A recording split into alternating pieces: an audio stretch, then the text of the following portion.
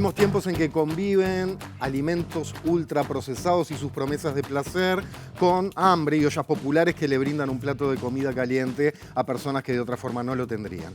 En todo el mundo los precios de la comida suben mientras la calidad de la alimentación baja y además los y las especialistas advierten por lo que estamos viendo en el presente y también lo que se viene para el futuro. ¿Cómo ejercen el poder los grandes productores y vendedores de comida en el mundo? ¿Podemos mejorar en estos tiempos de vorágine nuestras costumbres, nuestra salud y nuestro medio ambiente? ¿Y qué pasará con la actual carestía internacional de alimentos? Hoy en La Letra Chica somos lo que comemos. La Pizza Hut, Kentucky Fried Chicken y la Pizza Hut, McDonald's, Kentucky Fried Chicken y la Pizza Hut, McDonald's. El consumo ultraprocesado lleva a un tipo de producción. A un tipo de producción de monocultivo. Ese monocultivo afecta a las tierras, hay que ver los agroquímicos que se utilizan, ¿no? Contamina el medio ambiente, los plásticos. La compañía que más contamina el medio ambiente es la que genera el plástico de bebidas azucaradas, las botellas. Para todo lo que implica producir animales es sumamente barato. Nosotros no estamos pagando, por ejemplo, la contaminación que generan esas producciones, no estamos pagando la salud que se va erosionando. Estamos viviendo una crisis alimentaria mundial, en la cual una parte del mundo muere de hambre y otra parte del mundo muere a causa de lo que come. Es ridículo, ¿no? Acá la comida sale todos los días. Acá la comida sale, como acá la comida sale todos los días. Come de la basura. Malo bien sale basura, comida y sale todos los días. Pero sale, como te dije, mira los perros, chato y gordo. Los caballos, chato y gordo. Y así como los animales comen de la basura, ellos también comen de la basura. Digo, no hay ninguna manera más violenta de ser oprimido que aquella en que uno no consigue comer lo que necesita, que no consigue satisfacer la necesidad más básica que un cuerpo tiene. Yo creo que eso es el hambre. Comida es cualquier cosa que nos llevamos a la boca. Alimento es otra cosa. Es la sustancia necesaria para cubrir nuestras necesidades fisiológicas para que nuestro cuerpo funcione óptimamente. La disposición regulada en el decreto 272 del año 2018 entró en vigencia el 1 de marzo de este año y estuvo vigente solo 10 días porque un nuevo decreto de Luis Lacalle Pou emitido el 11 de marzo postergó, Juan, su aplicación por 120 días. Ahora aumentó un 25% más de sodio, 30% más de azúcares, 44% más de grasa y 50% más de grasas saturadas. Es realmente inexplicable. La diferencia ahora es que nosotros cuando vayamos a consumir un producto de esos, estamos informados. Aproximadamente el 80% de la población cambiaría su conducta. Esto quiere decir o la dejan o reducen la frecuencia. Y eso ya es un avance en el tipo de consumo que tenemos. La comida de verdad, la comida que no está intervenida por un montón de procesos, pasa a ser mucho más cara que la comida que sí está intervenida por todos esos procesos, sobre todo porque obviamente esa comida viene en lo que se conoce como economía de escala y se produce mucho, eso baja los costos y hace que sea más fácil, ¿no? Como producir en serie y producir con esas formas. La alimentación saludable se puede resumir en más vegetales, menos animales y pocos o ninguno productos procesados y alimentos superfluos. Esa sería la clave de una buena alimentación. Con mi papa congelada, puré polvo, pera pasada. Si somos lo que comemos, soy conservante, soy peligroso. Soy bastante artificial. Artificial. Hermano, está salado. Está salado. Está salado. Está salado. Está salado. Hermano, está salado. 21:05 en toda la República Oriental del Uruguay. Bienvenidas, bienvenidos a La Letra Chica. Sarasola, buenas noches. ¿Cómo le va, Tempo? Muy bien, y si están comiendo justamente, hoy se puede dar la particularidad de que los acompañamos y estaríamos combinando teoría con práctica, porque de alimentación y sus más diversos aspectos se tratará la siguiente hora de televisión. Exactamente. ¿Sabemos realmente lo que comemos? ¿Qué es lo que para que elijamos ciertos alimentos y otros no, qué pasa con niños y niñas, cómo se mete el placer en todo esto. Bueno, estos son algunos de los temas que vamos a intentar abordar con la periodista argentina Soledad Barruti. Soledad tomó la alimentación como causa y la diseccionó en 2 libros que abordan desde la forma en que se cultivan y elaboran los alimentos hasta las estrategias que se usan para su comercialización. Estos libros son Mal comidos, cómo la industria alimentaria argentina nos está matando, y Mala leche, el supermercado como emboscada. Ya le damos las buenas noches a Soledad. ¿Cómo estás? ¿Qué tal? ¿Cómo les va? Todo bien, muchas gracias. Buenas noches. Gracias por la comunicación. Para empezar con un par de ejemplos de mala alimentación o de problematizar la alimentación, alguna vez has dicho que cuando alguien le da una gaseosa a un niño no sabe que le está dando más del doble de azúcar que ese niño necesita durante todo el día. Eso por poner un ejemplo muy concreto de por dónde podríamos tirar la punta del hilo y desenmadejar el asunto. También has dicho, ya pasando a lo más general, que hoy no hay un tema más importante para pensar que el de la alimentación y ahí voy para la pregunta, ahora sí, que ya hay una generación cada vez más enferma por lo que come. ¿Cómo es esto último? ¿Por qué se da este fenómeno y cómo lo describirías de esta generación cada vez más enferma por lo que come? Bueno, nosotros por lo que come y por lo que no come mientras está comiendo eso. Así sería como el final de la frase. Nosotros tenemos un problema muy grave, que es que somos la primera civilización en el mundo que no tiene idea de dónde viene, cómo se produce y qué efecto tiene lo que come. Y eso es una particularidad que ha devenido en este fenómeno muy raro, en donde cada vez comemos menos alimentos de verdad y comemos cada vez más cosas elaboradas por corporaciones, y que son entidades, son espacios en donde hay personas, pero en donde se produce la comida de una manera muy diferente a cómo se produce en un hogar. En un hogar se cocina, en una fábrica se procesa, y se procesa utilizando siempre los mismos ingredientes, buscando la lógica que buscan todas las empresas de venta de zapatillas, de, no sé, electrodomésticos, de lo que fuere, que es vender lo más posible. El tema es que con nuestra alimentación están nuestros cuerpos en el medio, siendo expuestos a un montón de cosas que no les hacen falta y que consumidas en exceso les hacen daño. El azúcar es una de ellas, nadie necesita comer azúcar y se consume en formas tan desmedidas que hoy un niño de 8 años comió la misma cantidad de azúcar que su abuelo de 80. Eso es un despropósito y es un desastre que termina, bueno, en este problema de época, que es que las personas estamos todas atravesadas por enfermedades que vienen de este modo de comer, ¿no? Perdona, Soledad, pero a veces sí. Estos temas que en general son conocidos, hay datos choqueantes, acabás de tirar uno. O sea, consumimos 10 veces más de azúcar que lo que se hacía hace 3 generaciones. Un niño de 8, dijiste, ya consumió tanta azúcar como consumió su abuelo en 80 años. Exactamente. Eso está puesto, esa evidencia publicada se puede encontrar en lugares como la Organización Mundial de la Salud, ¿no? Y eso es tremendo, porque no solamente es, seguramente vos no consumiste la misma cantidad de azúcar que un niño consume hoy. Es un fenómeno que va en aumento. Nosotros cada vez comemos más cosas comestibles y menos alimentos, porque somos un solo cuerpo. Entonces, si vos tenés, no sé, un momento de galletita con chocolatada a la mañana, luego algún producto, no sé, rebozado con unas papitas de caja al mediodía, a la tarde nuevamente galletitas con algún juguito, y luego a la noche unos fideos con alguna salsa del supermercado. Bueno, tuviste todo el día, es una comida muy típica de una familia de este momento, de esta época, ¿no? Tuviste todo el día atravesado por muy pocos ingredientes, aunque parezca que hay diversidad, y están mostrando, por ejemplo, lo que es la góndola de galletitas, ¿no? Pareciera que tiene una diversidad enorme porque plantea un montón de sabores. Y eso en realidad son aditivos que maquillan los mismos ingredientes que son los que se nos ofrecen una y otra vez. Son harina refinada, azúcar en grandes cantidades, sal, aceite y en algunos casos derivados de la industria láctea, pues ya no se podría decir ni siquiera que son lácteos. Eso es lo que hace la alimentación básica de una persona, todo maquillado como si fuesen frutas, como si fuesen cereales, como si fueran, no sé, bocaditos de verdura.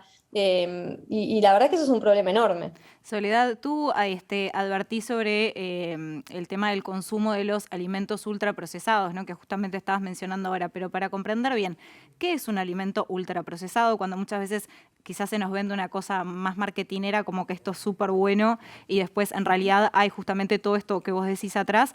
¿Y por qué es que finalmente igual terminamos poniéndolo en nuestra mesa, terminamos pensando que de merienda una barrita de cereal y un yogur está bárbaro? O sea, ¿por qué es que no nos damos cuenta de alguna manera de las consecuencias que puede tener esto para nuestra salud?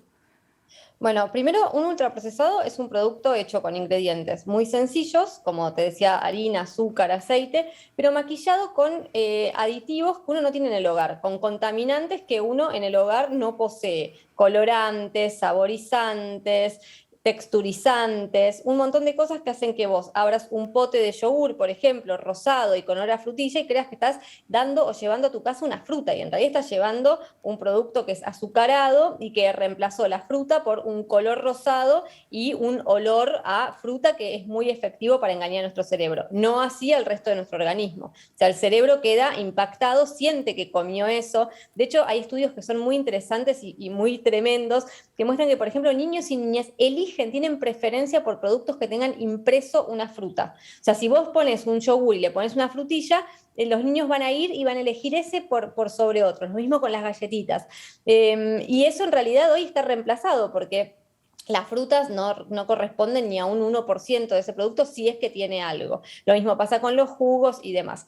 ¿Por qué es que somos engañados de esta manera? Bueno, porque nosotros creemos que no tenemos educación alimentaria, pero tenemos una educación alimentaria inclaudicable, que es la de la publicidad. La publicidad se funda y descolla al mismo tiempo que estas industrias, ¿no? Viene de la mano, es una historia que nos contamos, que es muy efectiva, que funciona, a pesar de que creemos que somos personas muy libres y que tenemos una racionalidad como muy bien educada. Si la publicidad no funcionara, no estaríamos en donde estamos en un montón de cosas. Les creemos a las marcas, saben cómo darnos productos que luego son muy adictivos. Este exceso de azúcar, por ejemplo, que utilizan las marcas, tiene que ver con que el azúcar funciona en nuestro cerebro de una manera perfecta para hacernos comer más y para educar, sobre todo cuando se comienza en la infancia con este tipo de productos, a luego la expectativa de un dulzor, de una cantidad de estímulos que solamente las marcas pueden proveer. Porque nadie le pondría a un alimento que va a servirle a un niño 8 cucharadas de azúcar, pero sí le da un yogur que las contiene. Un típico yogur para un niño puede contener 8 cucharadas de azúcar. Estos yogures con sucaritas, esas cosas con las que tienen los copitos, tienen esa cantidad. Y nosotros terminamos creyendo que es mejor ese producto que un alimento hecho en la casa o que una fruta, ¿no? Parecía que una fruta no alimenta. Estamos todo el tiempo siendo educados por quienes nos quieren vender. Y bueno, funcionó. Y en ese sentido, ¿tú considerás que la regulación por parte del Estado sería un camino importante a seguir justamente para, no sé si terminar porque es muy difícil, pero para ponerle límites a este tipo de engaño publicitario, marketinero? Es fundamental la publicidad, la regulación es el único camino como para que todos podamos acceder a la misma información, ir a un supermercado y encontrar octógonos negros que indiquen cuando un producto es excesivo en estos nutrientes críticos, como el azúcar, por ejemplo. Es algo maravilloso porque vos muchas veces compras algo que no sabés que tiene un exceso de azúcar y lo encontrás ahí rotulado y no lo pensás 2 veces o haces un ensayo en acumulación de cosas. Muchas veces pasa que hay productos que dicen en su publicidad bajo en azúcar o sin azúcares y luego se han encontrado altos excesivos en azúcar cuando fueron rotulados. Y ese tipo de cosas son tan efectivas que las marcas hacen un lobby enorme para que eso no pase. De hecho, en Uruguay la ley era muchísimo más rigurosa de lo que terminó siendo por el lobby efectivo que hizo la industria alimentaria para bajar los estándares de límites que se les pedía para ser reglamentados, para ser rotulados. También las marcas, por supuesto, combaten muchísimo no publicitar a niños y niñas. las leyes alimentarias, las leyes que buscan mejorar la salud alimentaria, buscan justamente prohibir la publicidad orientada a niños y niñas. Esto de que las marcas, que sean corporaciones, vayan a hablarles directamente a nuestros hijos, es una cosa, es una aberración. Lo tomamos como algo natural y una vez que se pone a debatir qué está en juego y cómo la salud de las infancias está diezmada en este momento por esta manera de comer, bueno, aparece la necesidad de regulación. ¿Qué es lo primero que combaten las marcas? Ese tipo de límites, porque ese tipo de límites atenta directamente contra su primer negocio, que es vender a niños y niñas cosas que les hacen daño. Soledad, por un lado, entonces, como una locomotora, como un tren bala imparable, las corporaciones con su poder de lobby, su poder publicitario y costumbres que ya se han instalado entre nosotros, incluso a veces a nivel adictivo, ¿no? Como consumidores. Pero por otro lado, la fuerza en este momento de la huerta, de la importancia de la comida orgánica, que creo que en los últimos años aparece con un destaque social que antes no tenía.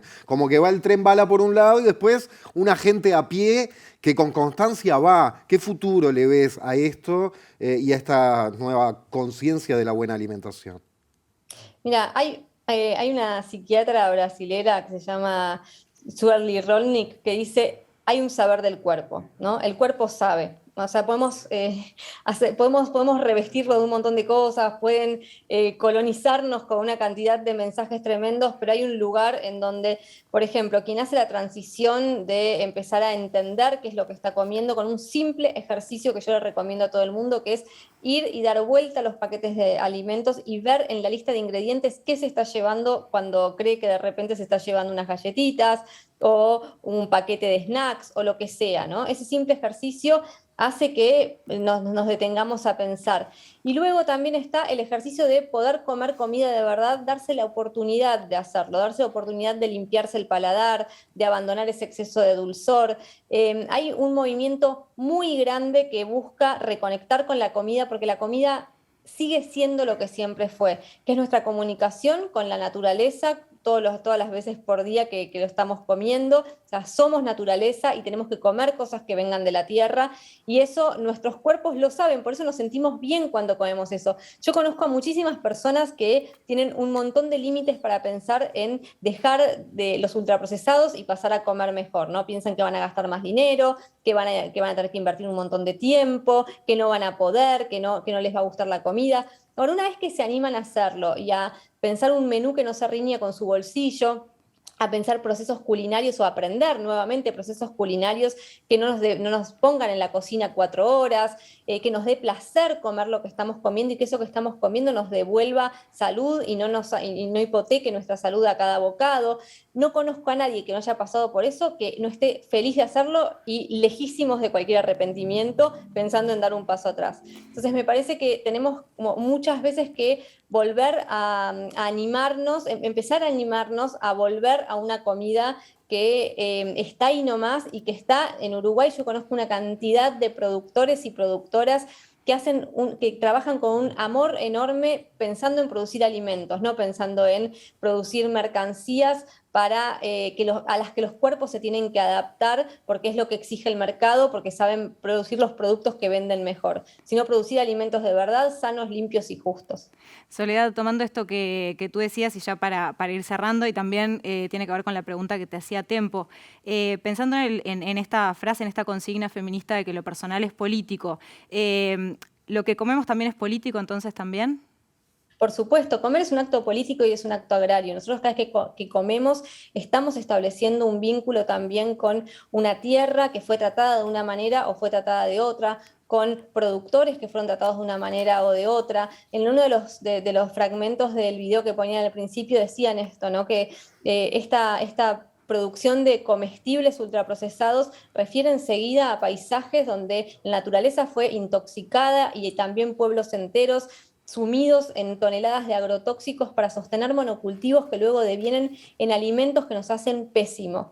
Entonces, ¿cómo no vamos a pensar que hay una búsqueda que hacer y hay una revolución posible que atender en la medida en la que podamos ejercer actos más soberanos al momento de comer, ¿no? Salir del reino zombie, digo yo siempre, y pasar a pensar que es una situación compleja, no es que uno sale de ahí y decís, tengo todo servido. Muchas veces es difícil acceder a lugares donde se produce sin venenos o donde se produce agroecológico, a veces hay que dejar de comprar ciertas cosas, modificar el consumo, ¿no? De cosas que estamos acostumbradísimos a comer, complicarse un poco al principio, pero es algo que te contra vale la pena. Es un acto político y es un acto agrícola, tenemos que pensarlo de ese modo. Todos estamos en este momento atravesados por la sensibilidad de lo que se está perdiendo en el momento en que estamos adentrándonos a un colapso sistémico gigante como planeta, ¿no? Como humanidad.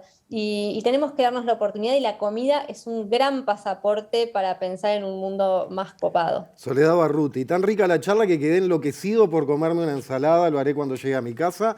Gracias por esto, un abrazo enorme, nos reencontramos en cualquier momento. Muchas gracias, abrazo grande. Bien, y nosotros continuamos en La Letra Chica, continuamos hablando de alimentación, y en el próximo bloque vamos a hacer una bajada a lo nacional. ¿Qué es lo que está pasando en nuestro país? Quédense que ya venimos.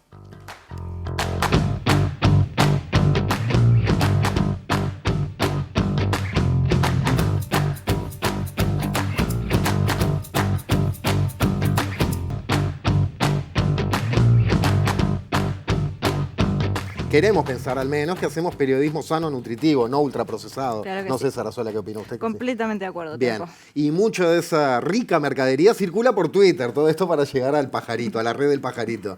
@LaLetraChicaTV, nuestra cuenta, #LaLetraChica, resúmenes, comentarios, etcétera, todos invitados. Y en este segundo bloque, como les decíamos, vamos a hacer una bajada nacional a la cuestión de alimentación, y para eso recibimos a Gastón Ares, quien es ingeniero alimentario y doctor en química de la Universidad de la República, además de investigador del comportamiento del consumidor. Bienvenido, buenas noches. Buenas noches, muchas gracias por la Y invitación. también, por favor, recibimos a la nutricionista Raquel Sánchez, quien es integrante de la Asociación Uruguaya de Dietistas y Nutricionistas e integrante también de la Alianza de Enfermedades No Transmisibles. Raquel, muchas gracias. Buenas noches. Buenas noches. Gastón, vamos a empezar contigo. Hablábamos con Soledad Barruti un poco sobre el rol que cumple la industria en todo este tema del consumo de alimentos, ¿no? Que es lo que llevamos a nuestra mesa. ¿Hay un momento en el cual se puede identificar que la industria hizo un clic y empezó a funcionar de una manera como buscando conquistarnos? Bien, ahí tenemos que pensar como en esto de la evolución como seres humanos, y en qué momento nosotros empezamos como a desvincularnos de la preparación de alimentos, ¿no? O sea, como este estilo de vida que tenemos ahora, que está caracterizado por estar todo el tiempo corriendo, ¿no? Porque todos los miembros del hogar muchas veces están fuera trabajando. Claro. Entonces, en ese momento la industria empezó a posicionarse cada vez más como la solución mágica, ¿no? O sea, de darte la solución para todos tus problemas, y es darte todos los productos con un cierto grado de procesamiento listo para ser consumido. Entonces, como una estrategia, ¿no? Como para vender más, como decía Soledad, o sea, se recurre a determinadas estrategias de marketing vendiéndote esta idea de, bueno, rinde más, está listo, está pronto, es más rico, ¿no? Muchas cosas que son mentiras, ¿no? En el sentido de que no necesariamente lo industrializado va a ser más rico que la comida casera. En realidad todos sabemos que lo que hacemos en casa es más rico. Y después otras estrategias que tienen que ver con la formulación de esos alimentos, ¿no? O sea, qué se le agrega para que nos guste más. Entonces, eso no nos lo cuentan mucho, digamos. En la publicidad al menos no está. Y muchas veces la información es contraria, ¿no? O sea, me vendo como soy súper saludable, sin colesterol, sin grasa, no sé cuánto, pero no te digo que en realidad tiene azúcar o que tiene otras sustancias que potencialmente cada vez más sabemos que generan determinados cambios en nuestro cuerpo porque no están presentes en la naturaleza. Entonces, por ejemplo, alteran, no sé, los microorganismos que tenemos en el intestino, y cómo eso después empieza a generar cambios que van perjudicando nuestra salud. Entonces, al alejarnos y no saber básicamente qué es lo que estamos comiendo, tenemos ese riesgo de cada vez más introducir cosas que no existen en la naturaleza, cosas que no agregaríamos si cocináramos en nuestra casa, ¿no? Esto de la cantidad de sal, de azúcar, de grasa, que muchas veces desconocemos. Cuando tomamos, no sé, un refresco, a nadie se le ocurre la cantidad de azúcar que hay ahí metido. Entonces, esas estrategias lo que buscan es básicamente vender. Obviamente no es toda la industria en el sentido de que hay determinados productos, ¿no? O sea, la industria también produce harina, ¿no? Hay determinados ingredientes que necesitamos porque necesitamos del procesamiento de alimentos porque vivimos en las ciudades. Si viviéramos en el campo y produjéramos todos nuestros alimentos no habría problema. El tema es no hay un molino en casa, digamos. Exactamente. Cuanto más nos alejemos de la naturaleza, y tenemos que pensar en somos seres humanos y estamos de cierta forma diseñados para vivir en la naturaleza y consumir alimentos que están disponibles en la naturaleza. Cuanto más nos alejemos y empecemos a comer cosas que no preparamos nosotros, o empezamos a mezclar, o incluso a veces preparamos nosotros, pero agregamos un polvo mágico que la industria nos dice que nos va a solucionar la vida, empezamos a alejarnos cada vez más, y ahí es donde entramos en esto que llamamos ultraprocesados, ¿no? Y que sabemos que empiezan a tener problemas o que empiezan a generar efectos negativos en nuestra salud. Raquel, hablemos de las enfermedades no transmisibles en nuestro país. ¿Cuáles son las principales y qué relación tienen con la alimentación? Muchísima relación, lamentablemente. Yo me quedaba un poco con lo que decía Gastón hay una antropóloga argentina que dice el alimento dejó de cumplir la función de alimentarnos y tiene que servir para vender, ¿no? Hoy en día es lamentablemente un comercio. Y este cambio que hemos sufrido en los hábitos alimentarios está cobrando sus cuentas en la salud. Estas enfermedades no transmisibles son enfermedades silenciosas. ¿Cuáles son, por ejemplo? Por ejemplo, las enfermedades cardiovasculares, la diabetes, la hipertensión, algunos tipos de cáncer, que se producen, como les decía, de manera silenciosa porque cuando se diagnostican pueden haber pasado años de venir en un proceso de formación, digamos, y no tenemos síntomas. Cuando aparecen ya está la enfermedad instalada. Perdóname ahí como una notita al pie porque decías algunos tipos de cáncer. Y todos hemos escuchado con respecto a algún producto alimenticio, ojo que es cancerígeno o alto consumo puede ser cancerígeno. ¿Qué sabemos realmente actualmente de ese tipo de cosas? Es decir, la relación con el cáncer, la alimentación y cáncer. Por ejemplo, el bajo consumo de fibra, ¿no? Esto es bajo consumo de frutas, de verduras, o sea, de productos de origen vegetal, puede traer la aparición a largo plazo de cáncer de colon, por ejemplo. Un alto consumo de grasa está asociado al cáncer de mama en las mujeres. Entonces, hay relación. Y en estas enfermedades lo que tienen en común la mayor parte de ellas es que la alimentación o la mala alimentación es como un factor de riesgo, ¿no? Y está presente. Y luego en el tratamiento de la mayor parte de ellas, los cambios en las prácticas alimentarias es como un elemento fundamental. Y es algo, perdóname, a lo que está apelando lo que llamamos medicina tradicional. No es que sea un camino alternativo, súper válido pero alternativo, como en otros tiempos, sino que la propia medicina tradicional, si alguien tiene cáncer, ya le está recomendando cambiar su alimentación. Exacto. Sí.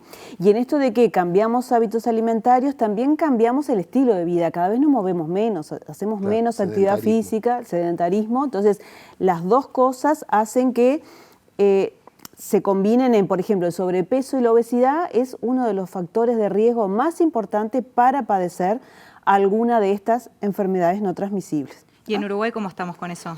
La prevalencia va en aumento, ¿no? Lamentablemente va en aumento, 37% aproximadamente es la hipertensión diagnosticada. Hay mucha gente que es hipertensa y no se ha enterado todavía. ¿37% de la población es hipertensa? De la población adulta. Adulta, ajá.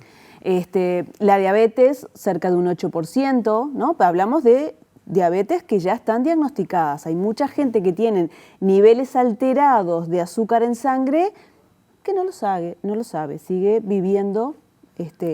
Y el tema es que, como yo les decía, son enfermedades silenciosas que se empiezan a gestar ya en la vida intrauterina, ¿no? Desde que estamos antes de nacer, ya de alguna manera el estado nutricional de la madre y la alimentación de la madre durante el embarazo de alguna forma va condicionando la calidad de vida y de salud de ese niño.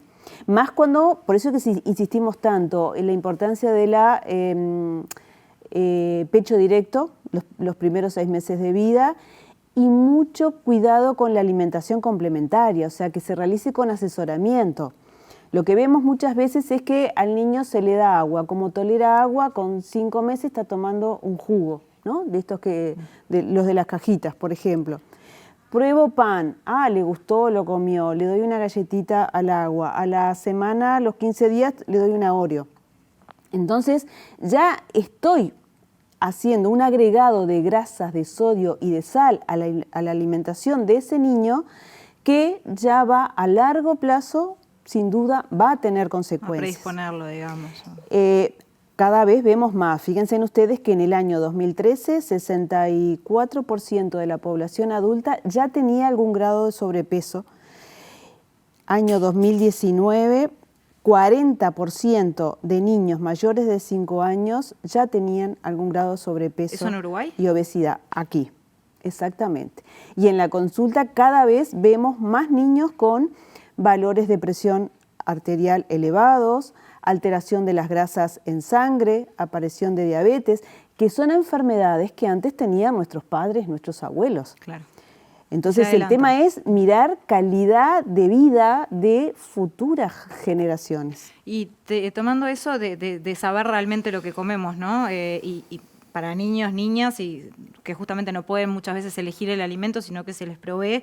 Gastón, tú asesoraste en la elaboración del proyecto de etiquetado frontal de alimentos, justamente. ¿Cómo lo ves hoy? Soledad mencionaba el caso de nuestro país, que hubo un retroceso importante. ¿Cuál es la situación y cómo lo ves tú, que trabajaste justamente en esto? Bien, ahí primero como destacar esto de la importancia de esto, de saber lo que comemos, pero también de tener una forma fácil de identificarlo, ¿no? No estar leyendo la letra chiquita, que es imposible, que a veces no sabemos, porque te dicen mono no sé qué de no sé cuánto. No te metas con la letra chiquita, que comemos de ahí, hablando de todo un poco. Gran verdad. Pero claro, que uno no sabe, desconoce. Yo no sé si el glutamato de no sé qué me hace mal, ¿no? Claro, igual esa información la tenés en lo que se llama como la lista de ingredientes, que es adicional a este etiquetado frontal, que lo que te dice es si tiene mucha cantidad de azúcar, de grasa y de sodio. Y de grasa saturada. Y de grasa saturada, ahí va. Esos son Pero los 4. esa información está en la tabla nutricional, que lo que tenés son numeritos, ¿no? Entonces, después de codificar esos numeritos, Claro. hay empresas que, por ejemplo, en un alfajor te ponen la información de medio alfajor, entonces tenés que hacer las cuentas de si me como uno entero, te ponen 3 galletitas y yo me como Claro, un el paquete porcentaje entero. de valor diario, ¿no? Que aparte dependerá de cada persona también. Claro, entonces es muy difícil de decodificar. Y lo otro es como muchas veces no se pretende y se habla mucho de que bueno, lo que tenemos que hacer es educar y que si la educación es la solución de todo, pero en realidad lo que nosotros necesitamos es también formas fáciles de identificar. No podemos pretender que cuando vas al supermercado cualquier persona esté 1 hora para hacer las compras, ¿no? O sea, mirando uno por uno todas las posibles opciones. Entonces necesitamos algo muy simple para que se informe, ¿no? Que es algo parecido a lo que se hizo con el tabaco. Esto también que hablaban hoy, ¿no? De la regulación. Bueno, en realidad el tabaco fue por esa línea, ¿no? De justamente introducir una serie de medidas que nos cambien nuestra relación con ese producto que es dañino para la salud. En este caso, la alimentación tenemos que recorrer como el mismo tránsito. Estas informaciones, estos octógonos funcionan de una forma parecida a las advertencias que tenemos en las cajas. Es nada más saber, bueno, que cuando estoy comiendo determinado producto tiene mucha cantidad de grasa, azúcar y sal. Uruguay hizo como un proceso muy sólido y que en realidad era ejemplo a nivel internacional por basarse en evidencia, ¿no? O sea, ninguna decisión fue al azar ni antojadiza, sino que todo se estudió, se hicieron un montón de estudios, hasta el tipo de letra, qué palabra más grande, si los bordes son rectos, curvos, o sea, todas las decisiones se tomaron de tal forma de tener una herramienta que fuera muy fácil de interpretar. Entonces, que te llevara unos poquitos segundos poder identificar que un producto tiene mucha cantidad de azúcar, grasa y sal. Ese ejemplo, digamos, lo empezamos a perder cuando empezamos a modificar, ¿no? Cuando el gobierno decidió empezar a modificar las condiciones de esa regulación que habían sido conversadas por un grupo interinstitucional, con la industria. Entonces había acordado una serie de condiciones y esas condiciones empezaron a ser modificadas. El principal problema que tuvimos con esta regulación fue que en vez de entrar en vigencia en marzo de 2020, entró en vigencia un año después. O sea, perdimos un año sin tener esa información. Y perdimos un año en el que teníamos algunos productos con y algunos productos sin, ¿no? Entonces, en realidad, en vez de poder tomar decisiones informadas, confundimos más. Porque algunos productos, pero este no tiene, pero capaz que era peor que el otro, ¿no? Entonces, ahí el punto clave, y Uruguay falla en eso, en otras normativas, por ejemplo, la ley de alimentación saludable en los centros educativos, que dice que no se pueden exhibir en las cantinas productos que tengan exceso de azúcar, sodio y grasa, y en realidad muchas cantinas sí lo hacen, ¿no? O sea, porque lo que no tenemos muchas veces es un buen control y una buena fiscalización. Claro. Entonces, tenemos normativas, pero después si no las fiscalizamos, quedamos a la merced de la voluntad de la industria. Y ahora, pero digo, perdóname, estamos en una situación en que todavía algunos productos sí, otros no. Exacto. Actualmente todavía tenemos, hay un informe del Ministerio donde se empezó a hacer una fiscalización, pero todavía tenemos en el mercado algunos productos, muchísimos importados, que justamente tienen que tener estos stickers, que muchas veces no se los ponen y como nadie lo controla, bueno, no va a pasar nada. ¿Y cuál es la respuesta de la gente cuando se ponen estas advertencias? ¿Qué pasa? La gente dice, ok, lo pienso mejor, ¿realmente deja el producto o no deja el producto? Dice, no me importa nada, me lo llevo igual, ya fue. Ahí depende mucho de qué producto es. Entonces, obviamente comer pasa por otras cosas, ¿no? Pasa por el placer, pasa por asociaciones que tenemos, ¿no? Hay mucha gente que dice, bueno, en un cumpleaños no puedo tomar agua, tengo que tomar un refresco porque es un momento que, de vuelta, ¿por qué llegamos ahí? Bueno, porque la industria me vendió esa idea de que voy a ser feliz, etcétera, etcétera. Sí, pues no venden solo comida. Exacto. No, lo que menos venden muchas veces es el producto. Nadie vende solo lo que vende actualmente, todos venden felicidad también. Entonces, en realidad, donde sabemos que más impactó es en aquellos productos que tenían una imagen de saludable, que se venden como saludable. Entonces tenemos las galletitas, creo que son el típico ejemplo, ¿no? Pila de cereales. Exacto. Y después aparecieron que tenía, o las galletas al agua, que mucha gente pensaba que eran agua y harina, básicamente, y en realidad nadie sabía que tenía muchísima grasa. Entonces empezó a aparecer eso y la gente fue como, ups, pero ahora que estoy comiendo, ¿no? Entonces, pasa mismo que sí, esto también. Exacto. Pero muchas veces pasan esos que entraban en la nube de potencialmente saludable o por lo menos no era malo.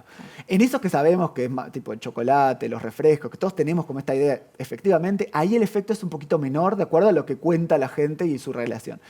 Pero el otro efecto que muchas veces tiene es esto de hacerme consciente de ese aspecto de los productos que no tenía en cuenta cuando iba a tomar una decisión. Yo voy al supermercado, me quiero comprar algo de comer y no se me pasó por la cabeza que comer me podía traer sobrepeso, obesidad, diabetes, etc. Entonces, pero veo esos simbolitos y es como, ups, voy a hacer esto seguro. Entonces, tiene como ese potencial efecto de disminuir o de desmotivarnos a elegirlos. De acuerdo a los datos que tenemos acá, más o menos, y ahí hay como distintos estudios que se han hecho, más o menos 6 de cada 10 adultos, por lo menos, dicen que lo tienen en cuenta para tomar decisiones, por lo menos en alguna situación. Eso es parecido a lo que aparece en Chile, ese 6 de cada 10 es como bastante común, es parecido a lo que daban los estudios experimentales, más o menos un poquito más de la mitad. Y pensando en política pública, en esto que decía Raquel, ¿no? De llegar a toda la población, es un éxito, ¿no? O sea, tener una herramienta que ayude al 60% de la población es súper bueno. Y de todas formas, lo que estamos haciendo en todos los casos es mejorar la capacidad de que la gente sepa lo que está comiendo. Entonces eso, sin duda, ya es un éxito de por sí de la política que tiene que ser acompañada de otras cosas, ¿no? Por sí sola, sin regulación de la publicidad, sin restricciones a lo que se vende en los colegios. Bueno, ahí vamos a tener necesidad de profundizar las medidas que implementamos. Raquel, para cerrar el bloque y para cerrar el tema con ustedes por hoy, es tan vasto, tan importante y tan profundo. Un parrafito de lo que te parezca importante para destacar en la relación que tenemos con la comida. Es muy importante y a mí me gustaría como destacar y que la gente tome conciencia de la importancia que tiene la alimentación en la promoción de estas enfermedades, ¿no? Las no transmisibles. Y pensar en primera infancia. Yo siempre pienso las características de la sociedad actual, ¿no? Es decir, la población joven, que han vivido en situación de pobreza de pronto durante años, toda su vida, acompañados de violencia doméstica, inseguridad alimentaria, incapacidad para llegar a trabajos dignos. Esos jóvenes, muchos de ellos privados de libertad, que hoy tienen 20 y pico de años, son los que tuvieron sus primeros años de vida, sus 2 primeros años, que son como los más importantes, en la crisis del año 2002-2004. Estas personas hoy sufrieron en ese momento inseguridad alimentaria, pasaron hambre, y hoy es la sociedad, parte de la sociedad de lo que tenemos hoy. Entonces me parece que tenemos que mirar para atrás y tenemos que trabajar en la prevención de estas enfermedades. Estos niños que tenemos hoy con sobrepeso, obesidad y con factores, enfermedades como la hipertensión, por ejemplo, a largo plazo van a ser adultos jóvenes con estas enfermedades y va a limitar su adecuado crecimiento, su adecuado desarrollo. no van a tener las mismas capacidades para insertarse al mercado laboral, ¿no? Y si vamos desde el punto de vista sociodemográfico, somos una población envejecida, cada vez está aumentando más la población de 65 años en adelante. Entonces, eso habla de calidad de vida, sin duda, eso habla bien de años anteriores, pero necesitan de una población joven, una población productiva que sustente la vejez de estas personas. Y estos jóvenes de hoy, con las limitaciones que van a tener en cuanto a salud, ¿van a poder llevar a cabo eso? Entonces me parece que el tema de la prevención, en esto que decía Gastón, de aprendamos a leer y a entender lo que estamos comiendo, a disminuir consumo de sal, de grasas, de azúcares. El tema de la publicidad no informa, lo que la publicidad te dice te induce a la compra. Ojo a la publicidad de alimentos dirigidos a este público mercado infantil, ¿no? Es como, tenemos que tomar ejemplos y es muy grave el tema. Raquel Sánchez, Gastón Ares, muchas gracias por este rato. Gracias. Muchas gracias. Bueno, en el próximo bloque de La Letra Chica vamos a estar hablando con el vocero de la Coordinadora Popular y Solidaria. Se viene un móvil de Diego Martini. Y también vamos a mirar un poco el tema de la geopolítica, del hambre, qué pasa con la crisis de alimentos a nivel mundial. Dicen que con los alimentos que hay podríamos comer todos y todas, y sin embargo eso claramente no pasa. Ya venimos con La Letra Chica.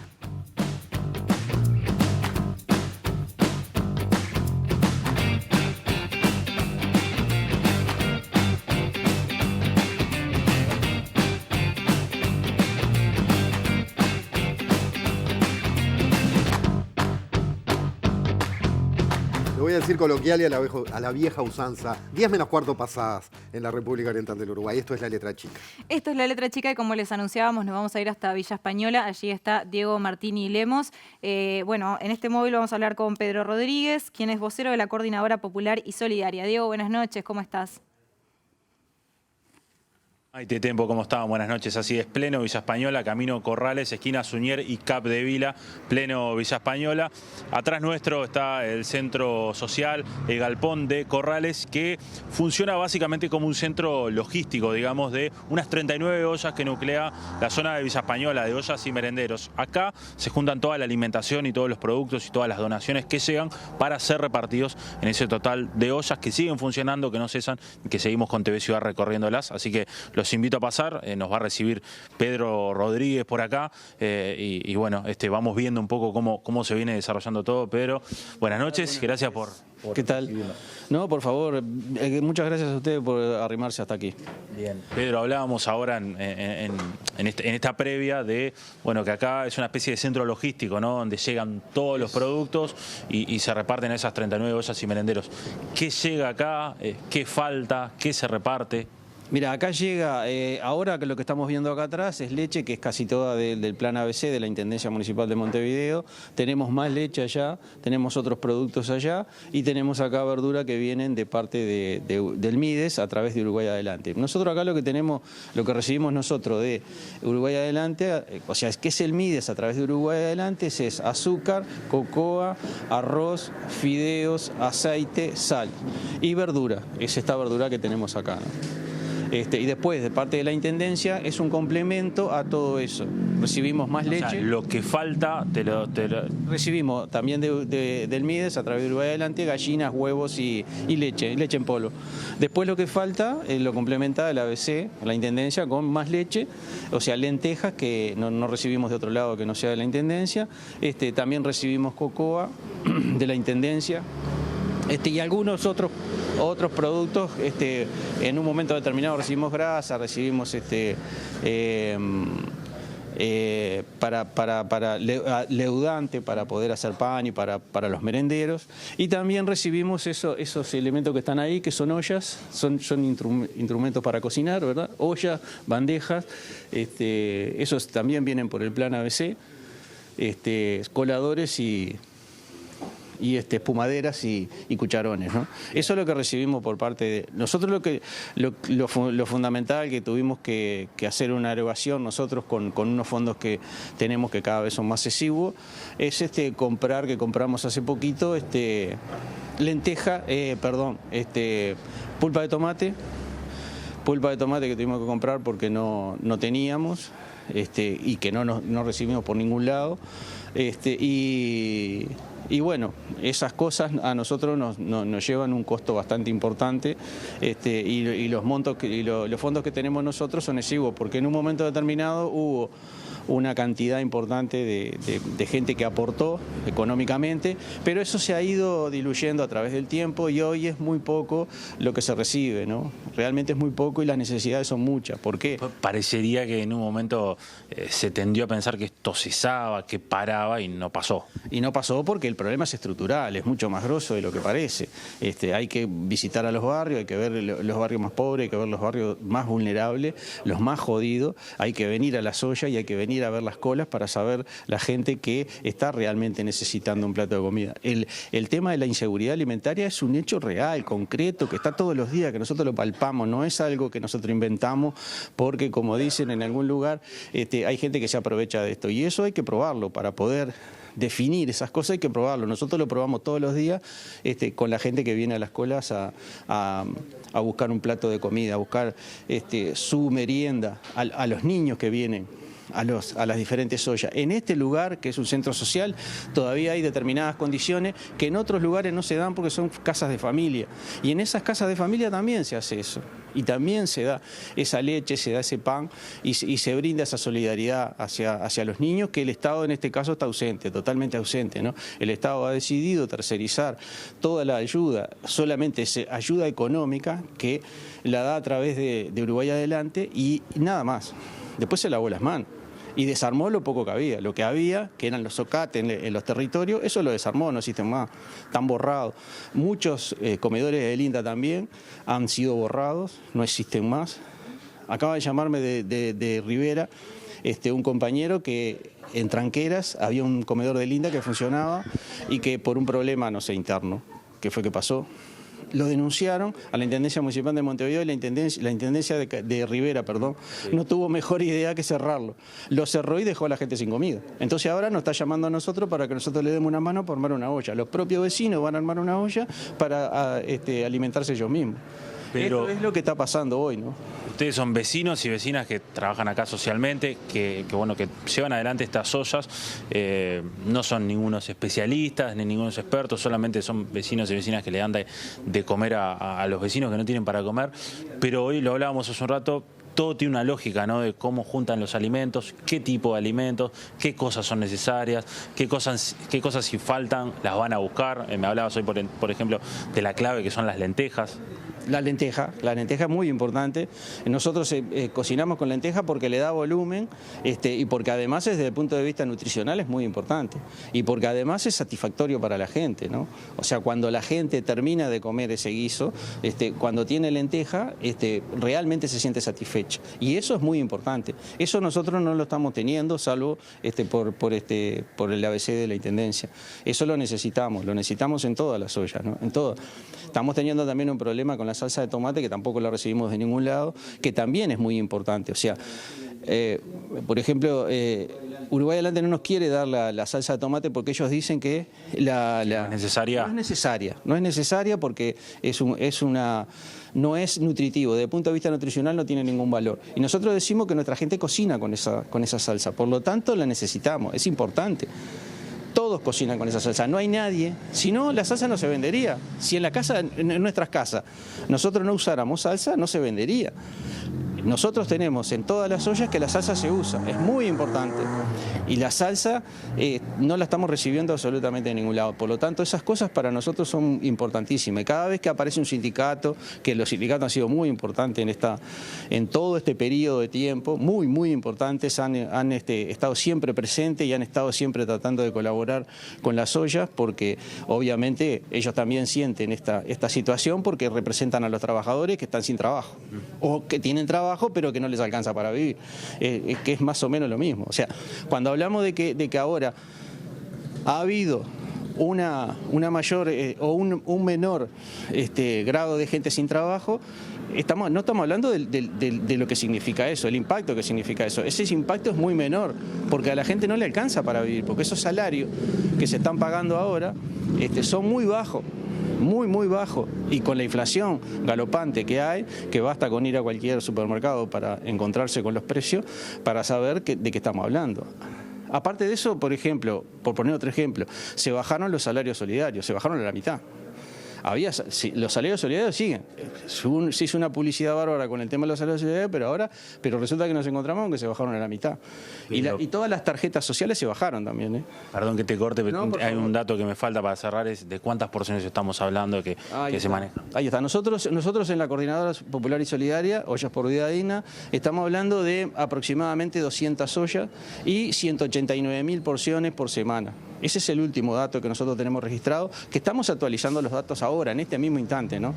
Nosotros ahora, esta semana pasada, tuvimos una reunión de acopio y distribución y en el cual estamos actualizando todos los datos. En algunos lugares algunas ollas se han bajado y en otros se han incrementado. Pero eso es un dato relativamente menor, porque lo que importa y lo que nosotros evaluamos son la cantidad de porciones. Entonces, cada vez que una persona te pide cuántas porciones necesita, vos ya lo contabilizás. Exacto, eso. Exacto. Cuando nosotros hablamos de porciones, estamos hablando de personas. Si nosotros decimos que abastecemos entre ollas y merenderos 189.000 porciones por semana en toda el área metropolitana de Montevideo con 13 redes, estamos hablando de 189.000 personas. Bien. Es eso. Pedro, tengo que cerrar porque se nos va el programa. Te agradecemos a vos y a todos los vecinos y vecinas que hacen esto. Sé que está saliendo el número en pantalla, así que bueno, muchas gracias. No, por favor, agradecerles a ustedes, agradecerles a los vecinos, que son ellos los verdaderos protagonistas de esto. Ellos son los que hacen que esto salga, que esto sirva, que esto salga adelante, que la gente lo entienda. Ellos son los verdaderos y auténticos protagonistas de todo esto. Y nadie más, que nadie se haga dueño de esta situación, porque los protagonistas son los propios vecinos. Ellos son una parte pequeña de toda la gente que está trabajando hoy por hoy en Montevideo y en la zona metropolitana. Hay cientos de personas poniéndole el hombro a esto, solo, sin nada. Seguiremos recorriendo barrios entonces. Volvemos a piso cuando quieran, Maite y Jorge. Muy bien, Diego. Bueno, muchísimas gracias por traer la voz de Pedro en este programa, que justamente qué tan importante es hablar de esto cuando hablamos de alimentación. Y en el recorrido temático, como decíamos, de una cuestión tan rica, tan variada, con tantas puntas, vamos a cerrar con una mirada macroproductiva, con una visión planetaria y nacional a la vez. Miren, el título es sugerente y claro: Crisis de alimentos, la tierra, el hombre, el hambre y los precios. Ese es el título de un artículo publicado ayer en La Diaria por el licenciado en Química y Químico Ambiental Emilio de Agosto y el economista y magíster en Gestión Ambiental Federico Fraga. Son los dos autores. Emilio de Agosto es consultor para la Coalición Clima y Aire Limpio en el marco del Programa de Naciones Unidas para el Medio Ambiente. Y Federico trabaja en la Oficina de Evaluación del Banco Interamericano de Desarrollo en Washington, D.C., Estados Unidos. Como suele suceder con los invitados, resumimos para presentarlos, tendrían mucho más credenciales. Bueno, buenas noches y buenas noches. Buenas noches. Muchas gracias por la invitación. Y tengo a, no sé si Federico tengo a está, ¿nos Federico. Escucha? Ahí está. Estoy aquí, sí. Buenas noches, Federico, también gracias por recibirnos. Y arrancamos ya de una contigo. ¿Qué está pasando con los precios de los alimentos a nivel mundial y cuáles son los principales factores que explican esta situación? Bien, a ver, esto es un tema complejo, voy a tratar de resumirlo sin perder, digamos, rigurosidad. Podemos comenzar por lo que ha sucedido en los últimos 3 meses. De acuerdo al índice de precios que elabora Naciones Unidas, los alimentos tuvieron un incremento de precios cercano al 20% en el último trimestre. Ese es el incremento más alto, digamos, en más de 10 años, ¿verdad? Claramente, detrás de esa dinámica, lo que está jugando es el conflicto entre Rusia y Ucrania. Son 2 países protagonistas en la producción de alimentos a nivel mundial. Pero, además de eso, todo esto ocurre en un contexto en el cual los precios de los alimentos ya venían al alza desde el año pasado, entre otros factores, porque, bueno, el rebote, digamos, de la demanda luego de la pandemia, una serie de interrupciones también en las cadenas de suministro y también fenómenos climáticos adversos en distintas partes del mundo. Para el conflicto lo que hace, digamos, es generar una persistencia del alto nivel de precios, ¿no? Por la alta incertidumbre que genera para la oferta de alimentos a nivel mundial y también por las repercusiones que tiene sobre insumos de producción. Un caso ejemplar es el de los fertilizantes, digamos, ¿no? Los fertilizantes ahora están en niveles de precio también récord, y eso implica que los productores en todo el mundo, sobre todo los pequeños y medianos productores, básicamente lo que hacen es se vuelcan a producir o menos cantidad o aplicar menos fertilizante por área cultivada, y todo eso repercute en un menor nivel de producción, ¿no? Pregunta básica, Federico, cuando hablamos del conflicto, de la guerra, de la invasión de Rusia a Ucrania, ¿qué pasa? ¿Esos dos países paran o casi paran su producción o paran su exportación? ¿Por qué esto genera escasez y que sus productos no circulen en el mundo? Bueno, en el caso de Ucrania, digamos, para empezar, Ucrania y Rusia explican más o menos el 15% de las calorías comercializadas a nivel mundial, ¿no? Son, en términos de trigo, creo que es el 30%, digamos, ¿no? De las exportaciones. Fuertísimo. Ucrania, el gobierno ucraniano, cómo reaccionó a la guerra fue, ok, paramos las exportaciones de alimentos porque tenemos que asegurar la provisión para nuestra población. En el caso de Rusia es un poco más complejo porque, bueno, como saben, Occidente se volcó a imponer una serie de sanciones a Rusia, sanciones económicas, ¿no?, en respuesta al conflicto, y el gobierno ruso, entre otras cosas, lo que ha hecho es también trancar un poco la salida de alimentos y la salida de fertilizantes. Rusia es el principal productor de fertilizantes nitrogenados a nivel mundial. Entonces, lo que hizo el gobierno ruso, digamos, es en respuesta a las sanciones de Occidente, es frenar también la salida de fertilizantes. Entonces, bien, por ahí. Federico, para entender cómo impacta esto en la seguridad alimentaria, y ahí te pido si puedes meter un paréntesis explicándonos muy brevemente qué es la seguridad alimentaria para que todos y todas podamos entender, y después cómo impacta esto también acá a nivel nacional, cómo nos impacta en Uruguay. Bien, o sea, la seguridad alimentaria, hablando en sencillo, es la capacidad de poder acceder a una alimentación adecuada y saludable, ¿verdad? Es decir, no tener incertidumbre sobre el hecho de que esta noche voy a poder cenar o mañana voy a poder desayunar, básicamente. A nivel mundial, lo que está pasando con la dinámica de precios y con los precios récords de alimentos es que en muchos países, sobre todo aquellos que son importadores de alimentos, muchos de los cuales se encuentran en regiones como África, como Medio Oriente, que son ya de por sí muy vulnerables desde el punto de vista socioeconómico, con estos niveles de precio los gobiernos de esos países no están pudiendo afrontar el pago de las importaciones de los alimentos. Y todo eso se traduce en mayor población bajo inseguridad alimentaria. De hecho, Naciones Unidas estima que hoy en día estamos en cerca de 300 millones de personas a nivel mundial con inseguridad alimentaria aguda, y que la guerra podría generar otros 50 millones de personas más. En el caso concreto de Uruguay, bueno, lo que indican los datos, cruzando entre pobreza y datos relevados por UNICEF, es que hay alrededor de un 20% de hogares con niños, niñas y adolescentes que están sufriendo algún tipo de inseguridad alimentaria, ¿verdad? Lo que para nosotros es paradójico, y un poco lo planteamos con Emilio en el artículo, es que Uruguay es un país que exporta alimentos para más de 30 millones de personas, ¿verdad? Y además se cuenta con una serie de instrumentos de protección social, el MIDES cuenta con esos instrumentos, digamos, para alcanzar a esas poblaciones vulnerables, y además Uruguay no es un país que impone desafíos desde el punto de vista geográfico para llegar a la gente, ¿no? Entonces, un poco, esto ya es a título personal, sin querer involucrar a Emilio en esto, pero lo que vemos es que, o lo que veo personalmente, es que desde la clase política, digamos, falta más determinación y más decisión para atacar este problema con la urgencia que requiere, ¿verdad? Quedó claro en el móvil que presentaron recién que los recursos no están siendo suficientes para satisfacer a este sector de la población. Y con esto cierro, creo que Fernando Filgueira lo puso muy bien la semana pasada en una entrevista para el diario El País.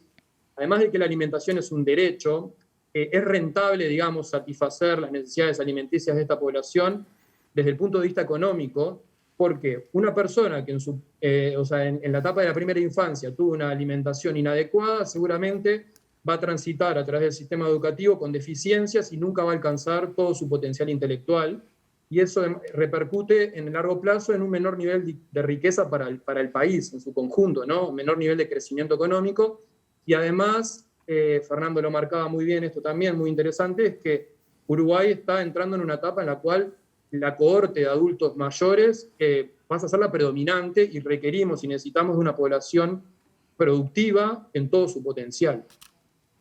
Emilio, vengo a vos. ¿Qué rol juega el cambio climático en todo esto, digo, en tu condición de experto medioambiental? Bien. Como mencionaba Fede recién, hoy lo que tenemos es una dinámica de precios que empuja al alza por un montón de cuestiones, ¿no? Coyuntura internacional bélica, una recuperación post-pandemia, y a eso lo que le agregamos es, más que el cambio climático, podemos hablar de cambio global, que es un concepto un poco más amplio e incluye otro tipo de cambios ambientales que se dan a través de la actividad humana. Digo porque siempre van cambiando los términos y van cambiando la forma de ver las problemáticas. Nos vamos acostumbrando entonces a que ahora se habla de cambio global. En realidad, ahora se habla mucho de cambio climático, capaz que más en la década de 90 hablábamos de biodiversidad, es como que va cambiando la moda, pero el problema persiste. Sí. Cambio global es un concepto un poco más amplio que incluye o abarca el cambio climático, la pérdida de biodiversidad, el deterioro de la calidad ambiental y todo el conjunto de cambios ambientales que de alguna manera tienen un impacto sobre los sistemas productivos, sobre la salud, sobre los ecosistemas. En este ámbito, digamos, lo que produce el cambio global es un factor de presión adicional a dinámicas que ya se vienen dando de precios, producto de, como decía Fede recién, eventos climáticos que se están dando. Para poner un ejemplo bien reciente, tenemos un problema de oferta por la guerra entre Rusia y Ucrania, y hoy estamos viendo una ola de calor en India y en Pakistán que no tiene precedentes, es decir, que escapa un poco a los modelos climáticos que podíamos predecir y que afecta a uno de los países que primero demanda más alimentos, como la India, y además es uno de los mayores productores de trigo. Entonces tenemos un problema de producción de trigo en Ucrania, que es uno de los países que tiene suelos más fértiles, tenemos un problema de producción de trigo en India, por un evento sin precedentes que es una ola de calor. Básicamente el cambio climático lo que produce es mueve las medias de valores meteorológicos, como la temperatura, en este caso hacia temperaturas más altas, y a su vez cambia la distribución de la frecuencia de probabilidad. Entonces lo que termina pasando es, tenemos más eventos extremos, ¿no? Se mueven las medias y se distribuye esa campana, esa distribución gaussiana, se distribuye de otra manera y eso lo que hace es aumentar la frecuencia de eventos extremos, que es lo que estamos viendo hoy en India y en Pakistán, es lo que vimos en Uruguay a principio de año, ¿se acuerdan el problema con las gallinas y el precio de los huevos? Sí. Es lo que vimos el año pasado en Canadá y Estados Unidos, en la costa... O sea, perdona, en la costa... No, en la costa oeste y noroeste y Canadá, que hubieron temperaturas de más de 45 grados en lugares donde nunca había habido ese tipo de temperaturas. Este tipo de cambios en el clima, que básicamente el clima es lo que esperamos, porque se construye a través de variables meteorológicas en series temporales muy grandes, esos cambios en el clima, que básicamente el clima explica lo que producimos y cómo lo producimos, tiene este tipo de impacto sobre la producción de alimentos. Se estropean cosechas, pero también la cría de animales. Disminuye la productividad de cosechas, disminuye la productividad animal y tiene además eventos puntuales, pérdidas puntuales de grandes cantidades de producción. Sí, creo que fueron cientos de miles de gallinas que se murieron ahora en verano, fue espantoso. Por eventos extremos que tienen de calor. Mayor probabilidad de ocurrencia hoy en día. Emilio, entonces, ¿cómo es que vamos decodificando todo esto en Uruguay? Que a veces es como que decimos, bueno, pasó esto puntual, pero nosotros como que zafamos, ¿no?, de los huracanes y esto, de lo otro. ¿Cuáles serían también en este sentido los principales desafíos? Te voy a hacer como 3 preguntas en una, perdón. Bien. Los principales desafíos a los que nos tenemos que enfrentar y ¿hay algunas oportunidades en estos desafíos también? O sea, ¿podemos como transformarlo de alguna manera? Sí. Uruguay le pega bastante de cerca porque es un país, como decía Fe, productor y exportador de alimentos para casi 10 veces su población. Entonces, tiene desafíos y tiene oportunidades. Por el lado de los desafíos, no me voy a meter mucho en la parte de seguridad alimentaria porque ya lo hemos hablado, probablemente sea el desafío más grande que tenemos. Por el lado productivo, el mayor desafío quizás es blindar la producción nacional, tanto como sea posible, de los impactos del cambio global, digamos. Y eso implica, cuando hablamos de cambio climático, por ejemplo, generalmente lo vemos de 2 ópticas. Desde las causas hablamos de mitigación, desde las consecuencias y los impactos hablamos de adaptación. En ese sentido, uno de los grandes desafíos que tiene Uruguay es la adaptación al cambio climático y al cambio global.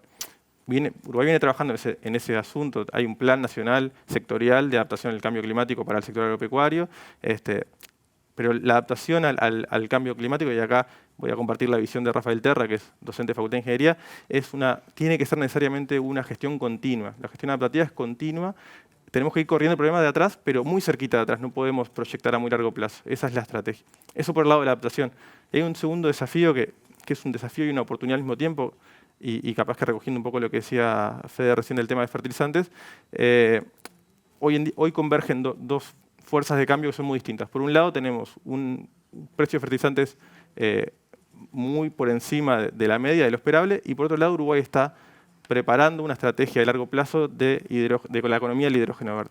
¿Por qué traigo esto a colación? Digamos, porque uno de los pilares de la economía del hidrógeno verde es la producción de fertilizantes.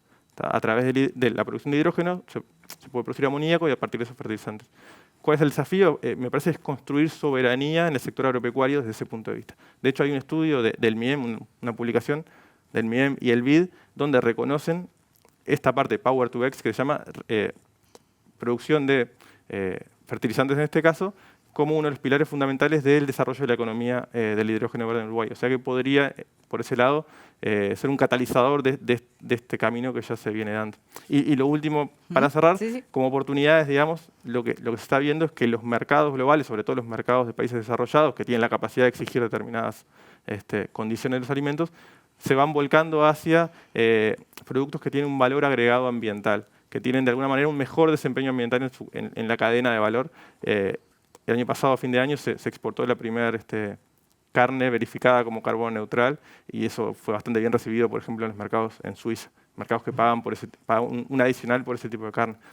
Uruguay tiene un camino largo para recorrer en el sentido de la producción de alimentos, sobre todo en gestión de recursos hídricos, no solo en calidad de agua, sino en cantidad de agua, conservación y preservación de la biodiversidad, pero tiene buenas condiciones naturales y algunas buenas prácticas productivas que le permiten tener un buen punto de partida en ese sentido, en el sentido de apostar a mercados que hoy en día valoran ese desempeño ambiental.